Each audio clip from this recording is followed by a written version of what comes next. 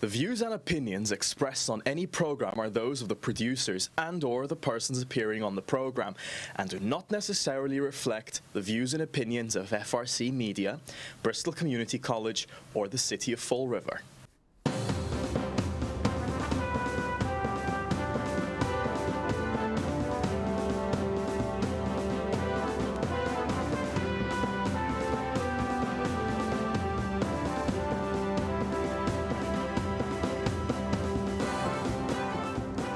Well, hello. Welcome to Spindle City Straight Talk. I'm Chip. And I'm CJ.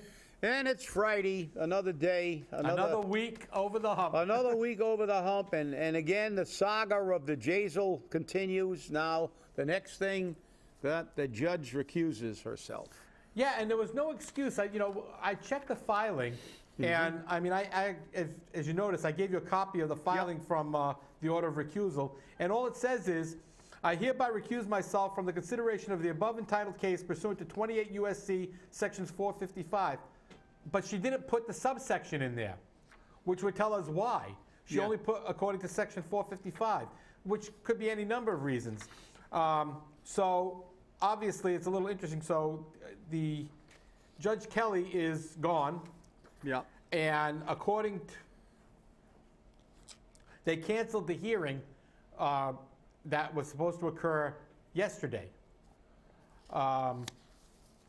because she recused herself. And there's no date's been scheduled yet for him to come back in for his pretrial conference.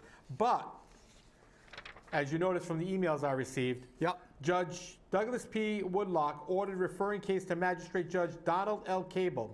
Reason for the referral, full pretrial proceedings as to Jazel F. Correa II. Entered on 12/6. And then, of course, we got to receive the electronic notice that in the case RE assignment as to Jazel F. Correa II, if the trial judge issues an order of reference of any matter in this case to a magistrate judge, the matter will be transmitted to Magistrate Judge Donald L. Cable, or Cabell. Cabell, yeah, well. And that was also entered. And that was also entered on 12/6. So that's the new judge on the case. And obviously, nothing's going to happen before the holidays. Yeah. You know, these judges don't like to work as it is over the holidays. They don't like to work, they don't like to work, period. So, right, so. But especially over the holidays, you know, you can't get them. They're like congressmen and, you know, they shut down, they all go out and party hardy. So, you know, the saga continues. You know, it just keeps going on and on and on. And, you know, it's a sad commentary on what the city's gone through. I mean, it should just be moved. You know, I just received notice. The pretrial hearing has been scheduled for December 18th at 10 a.m. Wow. Talk about making us wrong. Wow. Well, that's it. Well, we corrected it. We stand corrected. It was just added to the docket sheet. Well, just see, we have our anybody who wants to go look it up again, we'll cite that. It's pursuant to 28 U.S.C. 455. So all you legal beagles are going to go there, but as he said, there's no subsection stipulated. So I don't know how you could, you know, so theoretically you can't get it. So, well, the 18th. Wow, that's a Tuesday. That's going to be 4 days after the alleged time that the recall is going to be certified. Yeah, that's true. And isn't it an irony that we have this, and maybe by that time Jazel will know where he lives. Maybe. Well, I mean, according to the information filed with the court, he lives at Mommy and Daddy's house. When you file those things, those are filed under pains and penalties. That's right. And according to Daddy, he doesn't live there. So. Well, maybe Daddy hasn't checked the cellar. Or the attic. Or the attic, yeah. I mean, if he has either. There has to be a plausible explanation. And that's the other thing I'm talking about. Maybe he's living in a refrigerator box in the backyard. Can you tell me what's going on with Cape Verde? I mean, I was watching the Channel 10 news the other night, and the Brockton mayor got his car burnt. That's not an idea, in case any of you fall the risk people. I'm not suggesting, yeah. But the mayor of Brockton got his car torched. Yep. And they said he was not injured because he was in Cape Verde. What's with the Cape Verde? Everybody's in Cape Verde. Alan Sylvia's in Cape Verde. Michael Roderick. What are they having? Do they have some kind of, what is this, the meeting of the Godfathers down there? I don't know what's going on with Cape Verde. I just had to throw that out there because maybe somebody hasn't, you know, paid attention or somebody didn't know. But I find that really, it's kind of, you know, there's an old adage, there's no such thing as a coincidence, but I find it very strange that all these political people. What? I can't say this on the air. One of our viewers said cheaper hookers. Well, that could be true. I don't know. But, you know, we're not going to go there. But No, we're not. because, you know, that viewer shall remain anonymous. do they have an extradition treaty with the United States? Because maybe Jason would have got busted in Cape Verde if that was the truth. I don't know, rather than I don't know, Bridgewater. but he can't go there now. He can't go there now, yeah. But I just found it kind of strange, you know, because I remember the comment about the passing of you know, about the killed in action for Right. Mr. Iman, Eric Iman, you know, Sergeant First Class Iman, and the captain in the Air Force.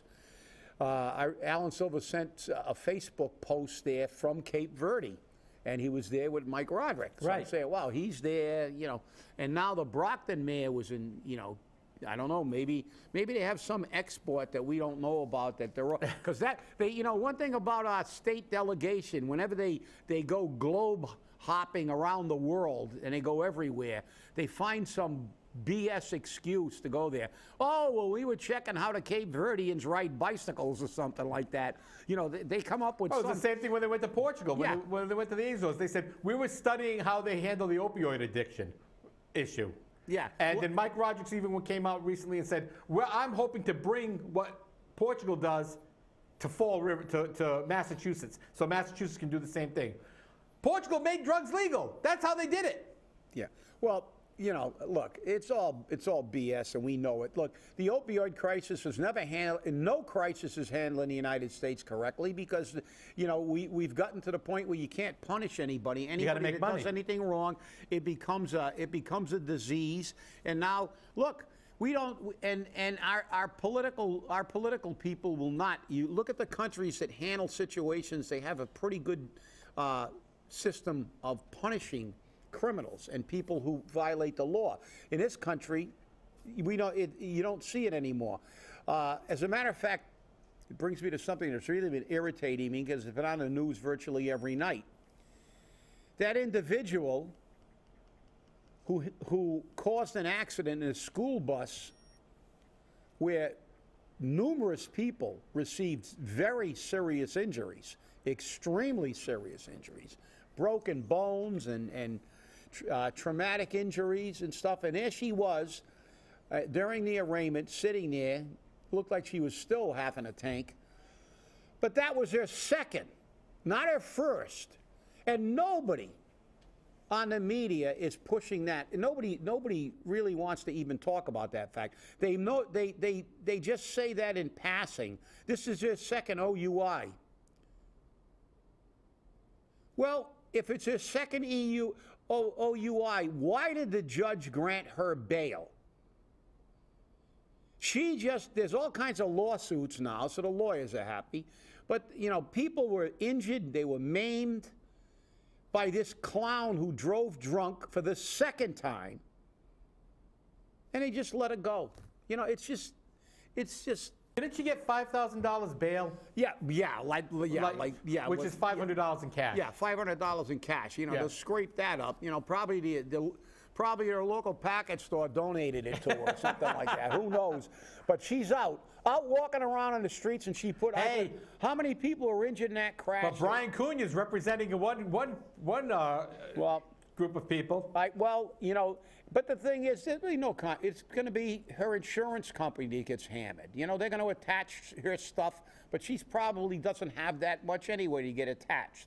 So, you know, but it's the thing that irritates me is how many times have we seen on the media people going up that have killed people, injured people seriously, and some of them on their fifth sixth. I think one guy was in double figures for DUIs and OUIs or whatever, driving impaired.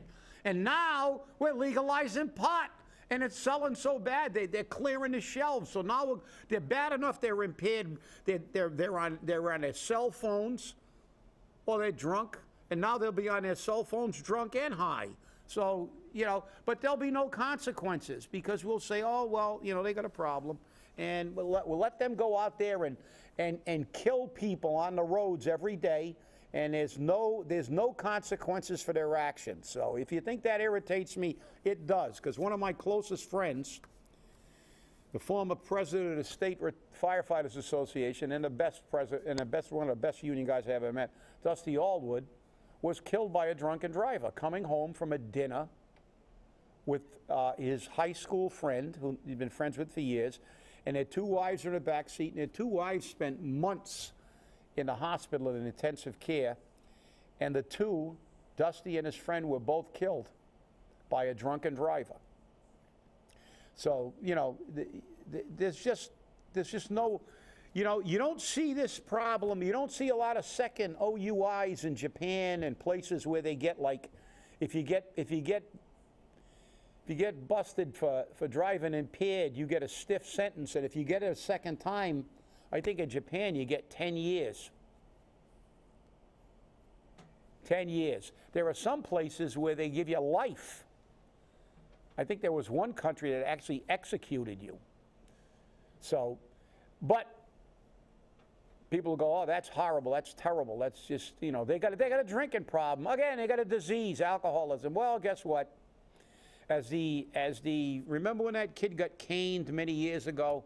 Yes, I do. And everybody in this country was whining and wringing their hands about, oh, look at those horrible people over in Indonesia who do this, and it's so terrible, and this is barbaric, and I remember Ted Koppel's Nightline show. I was watching it, and they had the UN representative from Indonesia on the show, and they asked, and he made a statement that I thought was very appropriate, and we didn't listen to it all those years ago. He said, in Indonesia, the safety of the people is more important than an individual's rights. We try to keep our society and protect everyone in our society, and we have somebody do this. And guess what? They were proven right, because didn't that kid get arrested a few months after he got back to the United States for, like, beating up his mother or something like that? Yeah, maybe he tried to cane her too. Yeah. So I mean, look, it's crazy, but hey, look, this is the country we live in now, and it's a shame because we've got politicians who want to make sure that no drunken driver gets too stiff a penalty. Because if they make it mandatory, if they get busted or one of their relatives gets busted, they're going to go to the can, and they don't want that. They want to be able to pick up a phone like that judge did when he called the state police to fix his daughter's charges, but at least they found that out. And now you got another judge who's allowing illegal immigrants to escape out the back door to evade ICE. And Governor Baker wants her removed from the bench. But the problem is all these people are appointed to the bench for life. Well, she should be arrested. She should be arrested and charged, and then I don't care if she's got a lifetime appointment, she should be disbarred. Right. I mean, they don't swear an oath to their personal feelings. They swear an oath to uphold the law and the Constitution of the United States and the laws of the United States. If someone is illegal and you're a judge, you may feel bad and you may sympathize with them, but the fact is the law is the law. So if we carry that from the ridiculous to the sublime, well, everybody who's lost a child to a drunken driver should be able to go there and murder the person who killed their kid. Because, you know something? I think, that's an appropriate punishment for somebody who does that. But Hammurabi's law. But it's illegal. Hammurabi, the Code of Hammurabi, that's right. But the fact is you can't do that. And for a judge For a judge, a person who was made to uphold the law, to totally ignore that because of their personal feelings. And what did somebody say when they were a Supreme Court appointee? I'm a judge. My personal feelings have nothing to do with it. I'm here to interpret the law, to rule on the law, on the law. And that's what all judges are supposed to do. This judge did not do that. That judge should be, well, Charlie, stop making a lot of saber rattling. Show it. Show you got the guts. Turn her over to the feds, have the feds arrest her. Because she should be arrested. She should be arrested, charged, locked up, and disbarred, and then she's off the bench. Because she doesn't belong on a bench. Your personal feelings cannot enter into what you do when you're put in a position. And what is that a classic example of? Everything that's wrong with America. We don't have a country of the people, by the people. They will not allow us to elect our judges in this state. We've tried and failed. They won't allow us to vote on our judges. They want political hacks who will go up and say, we've only got one open meeting law complaint when there's 17. And every city councilor knows that. Let's see what consequences they hold our corporation counsel to for going up there, and he'll say, well, I didn't know about the other 16. Well, you're supposed to know. That's not an excuse. And if you did know and you misled them, that's a lie. You know, if it's a criminal case and you do something like that, you know what it's called? Obstruction of justice. And you know what our corporation counsel did if he knowingly said there was only one when there was 17? If he didn't know about the other 16, he's an incompetent. And he's not doing his job. He's not paying attention. But if he knew about it and he made that misleading statement, he's obstructing government and the execution of the rights of the people. Who cares about the rights of the people? Yeah, that's right. You're right. They don't. They don't. Like I said, the only choice you have in this country, and that's going to be eliminated in a lot of cities, is paper or plastic when you go to the market. Hey, Boston just did that. I know. And everything else in this country, they make you think you got a choice. But right. You really don't have a choice. Because when push comes to shove, at the end of the day, like with Hillary and Bernie, the Democratic Party told them all, right there, I don't care if you want Bernie. The people that run this party and the big money in the Democratic Party want Hillary, and she's going to be the nominee whether you like it or not. And those nitwits stayed in the Democratic Party because they told them, you don't count. You don't count. You're a nothing. We're going to let you come here and vote as long as you vote our way. And as soon as you don't vote our way, we are going to take out the hammer and you're going to be the nail. So, you know, let's get real about this government. The only place we can affect change, really, is right here in Fall River. There are enough of us in Fall River to make sure that we get enough city councils in there to do our business. And we keep saying it, and it never happens. This is where it's got to begin. The revolution, stupid. The revolution's got to begin on a scale that you can win the battle. In a federal election, you know, red states, blue states, what we do in Fall River, you know, probably it doesn't amount to anything. No, it doesn't. It doesn't amount to anything. To elect a president, to elect congressmen, to elect, you know. Now, if you want to deal with state reps and local officials, we have the ability to affect change. And then if we do it, it might be contagious, and then we can move it up to the state level and the federal level. Just look what happened when we did a recall. We were the first ones. Exactly. And then it became everywhere in the state. Now everybody does recall, yeah, right? It was everywhere in the state. So, I mean... We even did it again. Yeah. We can't stop after one. It's like a potato chip. You eat one, you got to keep going. But, you know, we're talking about that, but that's the way it does it. And now we look at another political thing. I'm looking at this article, school committee votes not to renew Diamond superintendent's contract. And it apparently, from reading this article, the teachers union, students all wanted this guy to remain. And at 5-1, they just had the meeting and ran out like their butts were on fire. And listen to the names of the people who ran out like their butts are on fire. I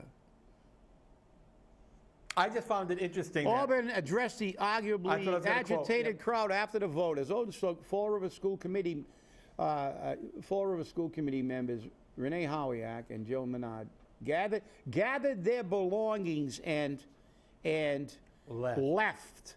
They all ran out like their butts were on fire because another tank job, political tank job. I wonder what political hack they got in line to become the superintendent of Diamond. I wonder what political, and I wonder who the new CFO of Diamond might be. There have been rumors about a very well-known person in Fall River getting that job because they won't be working anymore when Jazel's gone. So look at it. Joan Menard, I wonder how many committees and jobs she's going to take to milk the taxpayer for the rest of her natural life. And the other name is a familiar name. So you look at these people and you look at the way business is run in this city. It's not in the best interest of the students. Apparently the students and the teachers were very satisfied. And who should be satisfied with a superintendent of schools? Students and teachers. Yeah, exactly. Well, here's the press release from the school committee. The statement thanked Auburn for many years of service, but here's what they said. The committee felt that a change is necessary at this time as we move forward with the many projects that are currently ongoing. While Mr. Auburn's passion for Diamond cannot be questioned, the committee felt it was in the school's best interest to have a new voice and a new form of leadership to move us forward in dealing with the challenges before us. Well, you know what that means? They have absolutely no valid reason. All that is throwing them bouquets while they're kicking them in the butt. Right. Kick him out the door and say what a great guy he's been, but we need a new vision. You know what that's code for? We need a superintendent that's going to do what we want him to tell him to do. And especially in light of when you're going to rape the taxpayers again to build a new Diamond. And we want to make sure we got a superintendent that's not going to balk at any kind of contract we give to our friends and every other political hack we can drag into the mix. Well, interestingly enough, that's what that means. Interestingly enough, at that same meeting, the school committee voted unanimously in favor of renewing the contract of assistant superintendent and principal Elvio Ferreira. So you got rid of the superintendent, but the assistant superintendent you're going to keep. I thought you needed a change. Yeah. I thought you needed a change. Well, he must be connected, and he must be saying yes to the right people. And as I said, God, heaven, forgive me if I find it difficult. I've been around too long, I guess, that when I see these names, I've been looking at them for 30 years, Joan Menard and these other names, and they're on every committee. They got their fingers in everything. And they get $120,000 and no-show jobs after they get out of the State House. Then their daughter gets the job. Then it just goes on and on and on, and people just never ever wake up. They never wake up. And then I see this again, a superintendent who apparently is looked upon favorably by the people who he is the director. Well, I mean, look, how many people have you seen that superintendents normally have problems with unions, but the teachers union was there, Diamond Teachers Association, and students attended the meeting in support of him. And these political hacks on these committees just don't care. They just do not care. They want yes men, people with strings on their heads to do their bidding. And obsequious political lackeys, that's what they want. Political puppets. Political sycophants. So look all those words up, obsequious lackeys and political sycophants. I've used them before, but that's what they want. Today's vocabulary day. And if anybody does, it's just appalling. It just never ends in this city. No, and we wonder why this city is a disaster. I mean, educationally, we can't make the 100. I don't blame the teachers. We got 1 million administrators, we got CFOs, we got deans of students, we got all these new jobs that political hacks got. And what has it done to improve education? Absolutely nothing. We've got fewer students than we had 25 years ago, and we have poorer education. With all the facilities and all the things we have to give quality education today, we can't make the top 100 in a state of 351 cities and towns. So that's not even, that's pretty bad because, you know, that's only basically like the top third. Right. We can't even get in the top third, let alone be somewhere up near it, because we got probably more administrators than any other school per capita in the state. We always did. But Yeah. as we always say, you know, too many chiefs, not enough Indians. Yep, exactly, exactly. Well, again, it's coming up that the council rejected that historical building gift from Monty Ferris. Yep. And that building was located in 80 to 84. But at least they said exactly what building inspector said. City Councilor Leo Pelletin echoed concerns he expressed before that repairs to the buildings would be too costly for the already cash-strapped city, particularly after he heard a report from the City Director of Inspectional Services, Glenn Hathaway. The building needed asbestos abatement, means of egress problems, leaking roof, and non-operational freight elevator were some of the issues Hathaway ticked off from a list of problems he encountered after an inspection to the old building built in 1886. It also would require replacement of the boilers, and the sprinkler system would need to be changed from a wet to a dry system due to winter freezing concerns. The inspector said that while he hasn't sought an official estimate, it could cost the city up to $3 million to contract for the needed repairs. Wait a minute. I gotta interrupt you. Did you say somebody actually referred to this as a tax-strapped city? Yes, cash-strapped city. But isn't that the same person that votes for all the pay raises? Yes. And all the, and every time they spend money, but nobody cares about the. Didn't they just allow them to charge us more taxes with the reassessment and didn't lower our rate even more? So. You know, this is what gets me. And then you look at this again. We have, here it is, the history. RDA member Bob Smith, who we know, that's the harbor master. RDA attorney Coughlin. Now, remember Coughlin? Yep. Wasn't he part of the city corporation? He's the RDA attorney. Yeah, but he was an assistant corporation counsel at one time in the city of Fall River. If I believe that he was. He's worked for this city for a long time.